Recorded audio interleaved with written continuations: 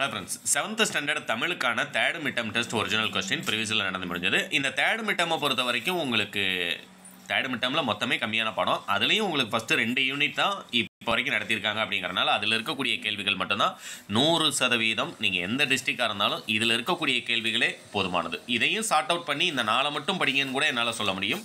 ஏன்னா இதில் இருக்க கேள்விகளே அவ்வளோதான் இருக்குது. புரியுங்களா? இது டவுன்லோட் லிங்க் டிஸ்கிரிப்ஷனில் கொடுக்குறேன், டவுன்லோட் பண்ணுங்கள். கண்டிப்பாக நாளைக்கு நடக்கக்கூடிய எக்ஸாமில் உங்களால் 100% எல்லா கேள்விகளும் அட்டன் பண்ண முடியும். ஃபஸ்ட் யூனிட்டில் இருக்கக்கூடிய பாரி மகளிரின் பெயர்களை எழுதுக அப்படிங்கிறது அந்த ஒன்று, அங்கவை சங்கவைன்னு எழுத போகிறீங்களா, அந்த ஒரு 2 மார்க் கொஸ்டின்.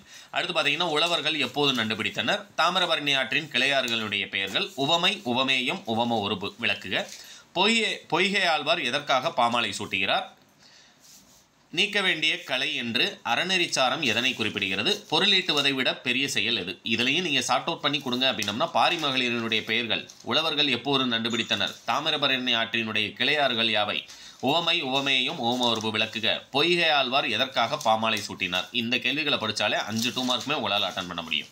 அடுத்து பார்த்தீங்கன்னா எவையேனும் 3 வினாக்களுக்கு ஓரிரு தொடர்களில் விடைதருகன்னு கொடுத்துருக்காங்க. இதில் 3 மார்க் 4 மார்க்கை பொறுத்த வரைக்கும் உழவு தொழிலின் நிகழ்ச்சிகளை வரிசைப்படுத்தி எழுதுக. இது ஒன்று.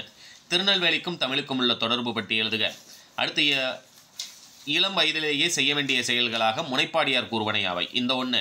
உருவக அணிக்கும் ஏகதேச உருவக அணிக்கும் உள்ள வேறுபாடு. இந்த 4 மட்டுமே போதுமானது. அடிஷனலாக அந்த பூதத்தாழ்வார் ஞான விளக்கு ஏற்றும் முறையை விளக்குக, அதையும் படிச்சுக்கோங்க. ஆல்ரெடி அது மனப்பாட பாடலாக இருக்கிறனால உங்களுக்கு ஈஸியாக மனப்பாட பாடலும் மெமரியான மாதிரி இருக்கும். அடுத்து பார்த்தீங்கன்னா மாறி என்று என தொடங்கும் விருந்தோம்பல் பாடலை எழுதுக. நாடு என முடியும் திருக்குறள். திருக்குறள் 3 தான் இருக்குது. அந்த 3ஐயும் படிச்சிங்கன்னா ஒன்று அட்டன் பண்ணிடலாம். அடுத்து பார்த்தீங்கன்னா 1 வேர்டு கொஸ்டின். இது எல்லாமே புக் பேக்கில் இருக்கக்கூடிய மொழித்திறன் பயிற்சி. கிணற்று தவளை போல பசுமரத்தாணி போல, சிறு வயதில் பார்த்த நிகழ்ச்சிகள் என் மனதில் டேஸ் பதிந்தனன்னு கொடுத்துருக்காங்க. பசுமரத்தாணி போல பதிந்தன. பேச்சு வழக்கை எழுத்து வழக்காக வாடிக்கிற பிடிக்கிறாங்க அப்படின்னு கொடுத்துருக்காங்க இல்லையா. இதை வந்து எழுத்து வழக்காக மாற்றணும். பிடிக்கிறார்கள், பிடிக்கின்றார்கள்னு மாற்றணும். அடுத்து கொடுக்கப்பட்டுள்ள ஊரின் பெயர்களிலிருந்து புதிய சொற்களை உருவாக்குன்னு கொடுத்துருக்காங்க. திருநெல்வேலின்னு கொடுத்துருக்காங்க இல்லையா. இந்த திருநெல்வேலி அப்படிங்கிறதுல வேலி அப்படின்னு ஒன்று தனியாக பிரிக்கணும், நெல் அப்படின்னு ஒன்று தனியாக பிரிக்கணும், திரு அப்படின்னு ஒன்று தனியாக பிரிக்கணும். அவ்வளோதான் புதிய சொற்கள். இது 3மே தனித்தனி சொல். தொடர்களில் அமைத்து எழுதுக. சிந்தித்து அப்படிங்கிறத வச்சு ஒரு தொடர். இது புக் பேக்கில் மொத்தம் 4 இருக்குது. அந்த 4ல் ஒன்று வந்து எழுத போகிறீங்க.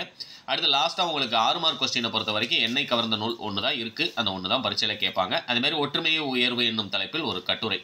இது 2மே நம்முடைய வெப்சைட்லேயே போட்டிருக்கோம். நீங்கள் கூகுளில் சர்ச் பண்ணிங்கன்னா டவுன்லோட் பண்ணிக்கலாம். இந்த PDF டவுன்லோட் லிங்க் டிஸ்கிரிப்ஷனில் கொடுக்குறேன், டவுன்லோட் பண்ணுங்கள். உங்களுடைய ஃப்ரெண்ட்ஸ்க்கும் மறக்காமல் ஷேர் பண்ணிடுங்க. தேங்க்யூ.